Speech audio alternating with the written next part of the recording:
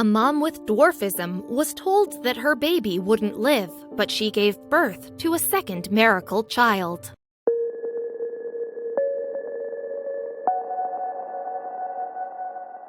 The UK's shortest couple, two people with different types of dwarfism, were told that their baby wouldn't survive long thanks to a deadly genetic combination. However, Britain's only double dwarf infant defied expectations and is now a thriving 4-year-old who has just started school. And if that weren't remarkable enough, in late 2018, the little family welcomed their miracle first son's baby brother. Having a baby can be an ordeal at the best of times. But if you risk passing on a condition such as dwarfism, there can be a multitude of complications. Laura and Nathan Phillips, who live in Sunderland, England, have two different forms of the condition. Laura's type, called achondroplasia, is a more common form of dwarfism than her husband's pseudoachondroplasia. The word dwarf is usually referred to adults who, when fully grown, are no taller than 4 feet 10 inches in height. Dwarfism can have a myriad of causes, though, and can be proportionate or disproportionate depending on the nature of the condition. Proportionate short stature, PSS, happens when there is restricted growth but the torso and chest grow to the same extent as the legs and arms. The other type is disproportionate short stature, DSS, which results when there is a problem with the development of a person's joints and bones. This can affect all parts of the body or manifest itself in the growth of individual limbs, and both Laura and Nathan's conditions are, despite their differences, types of DSS dwarfism. As a result of their conditions, Laura and Nathan have some other physical hurdles to overcome too. Laura has a curved spine, for instance, and this causes considerable discomfort. Nathan's condition, meanwhile, affects his hips and in turn means that he walks a little unusually. His wife has explained. Nonetheless, the couple are keen to stress that the physical difficulties aside, they are just like everyone else. Going into more detail, Laura's dwarfism, achondroplasia, is the technical term for without cartilage. According to the National Organization for Rare Disorders, the condition results in a large head, short arms, and a general lack of growth. Those affected usually attain an adult height of about 4 feet. Brain function, meanwhile, is generally unaffected and lifespan is close to normal in most cases. Nathan's pseudoachondroplasia also affects the length of his arms and legs, and there is disproportionate growth and a lack of height. And, as is the case with achondroplasia, mental abilities are not usually affected in such instances. Meanwhile, osteoarthritis, which is caused by the breakdown of cartilage, is common in adulthood among people with pseudoachondroplasia, and this lack of flexible padding for the bones can make movement very painful. Historically, however, there was very little care or sympathy for those who have dwarfism, whatever its form. For example, back in the 1860s, some people with the condition were paraded as part of freak shows and called midgets. Now, though, according to Little People of America, LPA, the latter term is considered out of date and unwelcome. Dwarf and little person are both acceptable terms, says the group. But most people just want to be called by their names rather than referred to in line with their size.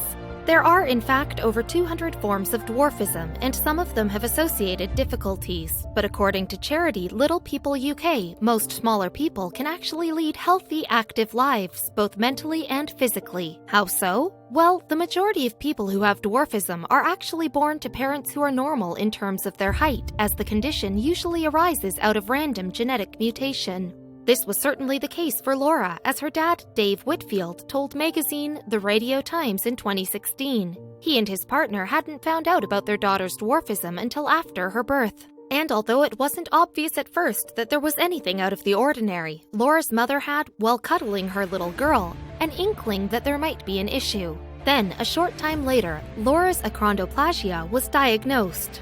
Also, in the interview with the Radio Times, Dave revealed that Laura had gotten used to standing up to bullies. He explained, "The only time I've seen her really upset is when she was young and one group of kids had pinned her up against a wall to take a closer look at her." In spite of that incident, though, Dave said he really isn't worried about his daughter, since she's her own woman. What's more, despite being just 4 feet 2 inches tall, Laura has said that she quickly worked out how to deliver comebacks if there ever were any playground digs about her size. As she told newspaper The Daily Mail, "I suffered a bit of bullying at school because of my condition, but I soon learned how to stick up for myself." Biologically, though, dwarfism does present a few obstacles for women such as Laura. You see, unfortunately, no amount of determination or medical know-how can trump genetics, and not much has been written about pregnant women with Laura's condition, which means there is relatively little for doctors to go on. Website Baby Gaga does, however, give an insight into how pregnancy can impact a woman with a smaller frame. The article in question, in fact, cites 15 ways in which the experiences of such women can be different. There is a chance that the dwarf mother can carry a normal-sized child, for instance, which presents obvious issues. Indeed, the website points out that if you have a smaller frame, growing babies in itself can be dangerous.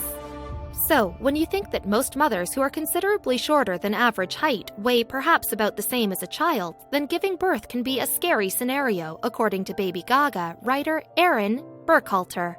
And in her November 2017 article, Burkhalter explains that a mom-to-be can gain up to 30 pounds of added weight, which of course can put considerable strain on a smaller skeleton.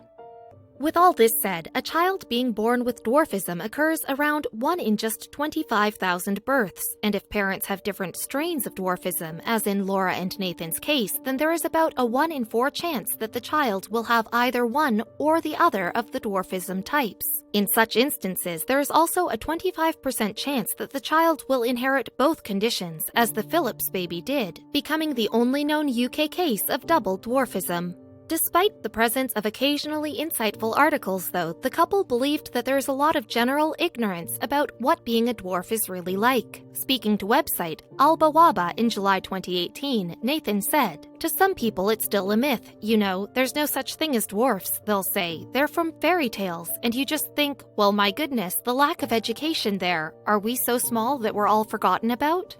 Laura, for one, though, decided that she was big enough to make an impact, in film and TV no less. She's even been involved in the Harry Potter series of films. Plus, she appeared in UK TV show Seven Dwarfs, which followed the backstage lives of performers in pantomime, and as it turns out, the show introduced her to a very special man to boot. You see, it was in Bath while working on the production of Snow White and the Seven Dwarfs that Laura first laid eyes on her future husband, and Nathan, who stands at 3 feet 11 inches tall, told the Daily Mail that they had become inseparable very quickly.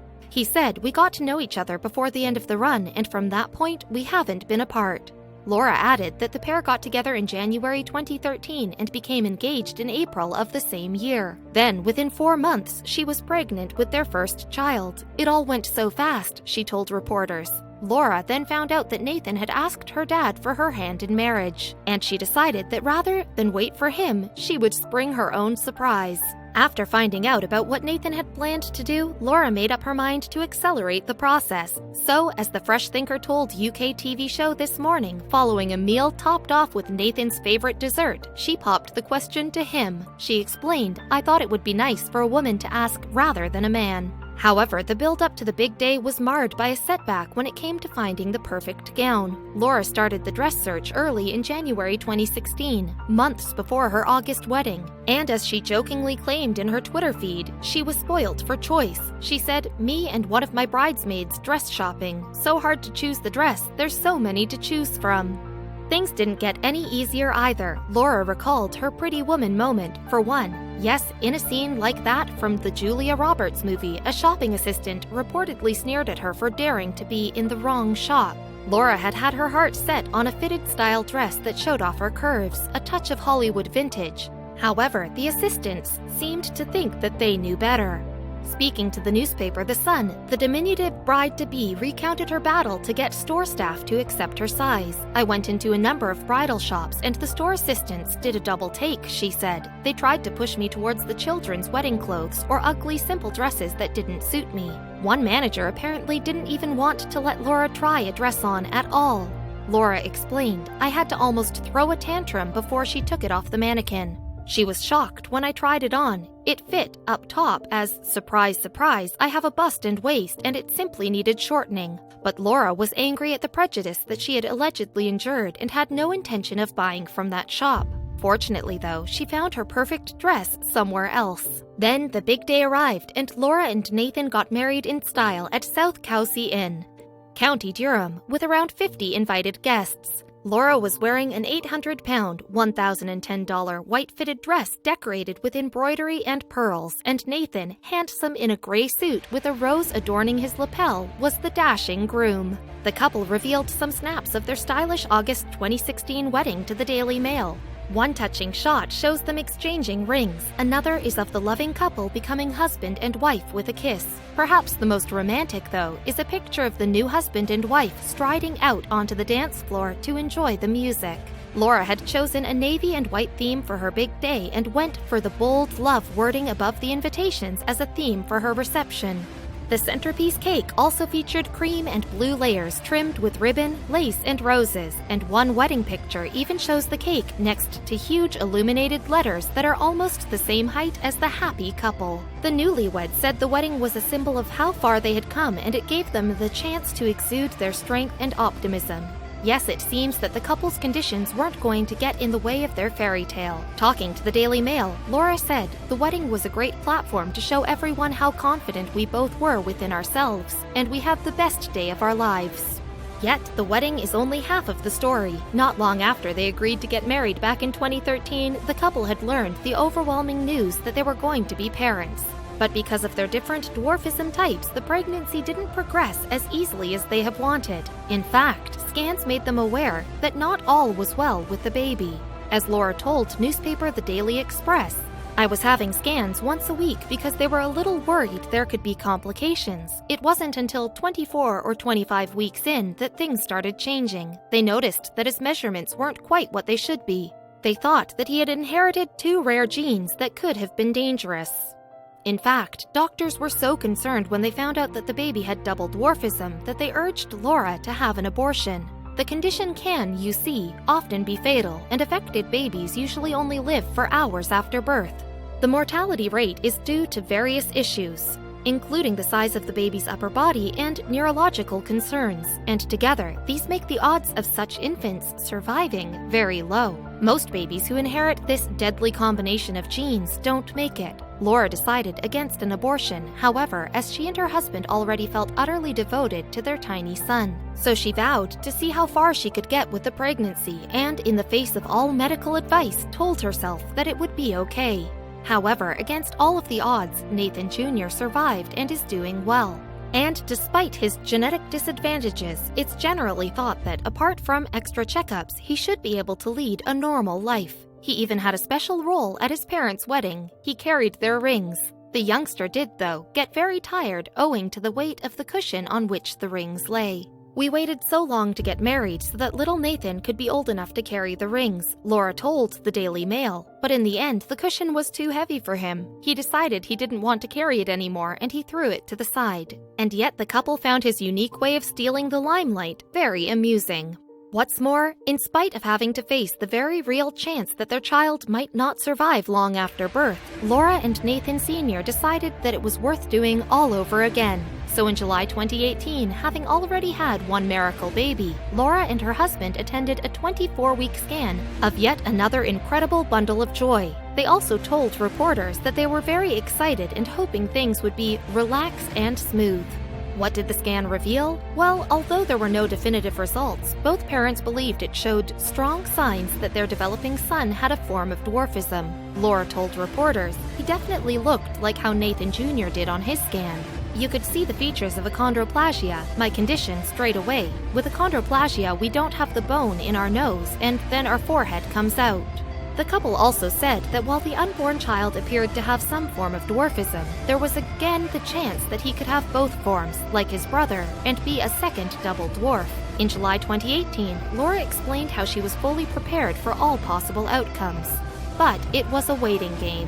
Fortunately, though, fate smiled on the family. The tiny baby boy, Jax Michael Thomas Phillips, made it into the world on September 5, 2018. Laura has since posted several pictures of him on social media, and one picture on Twitter dated September 26, 2018 shows that the cute little mite is certainly another stroke of good fortune for his parents, especially after all they'd been through with his brother, Nathan Jr. The adorable snap shows the baby clasping an adult finger, and next to it, his mother has posted simply, "his tiny hands, small and delicate perhaps, but Jax, like his brother, has fought to be here." And although the extent of Jax's condition has not yet been made public, he belongs to parents who apparently want to prove that little people can follow their dreams, just like anyone else.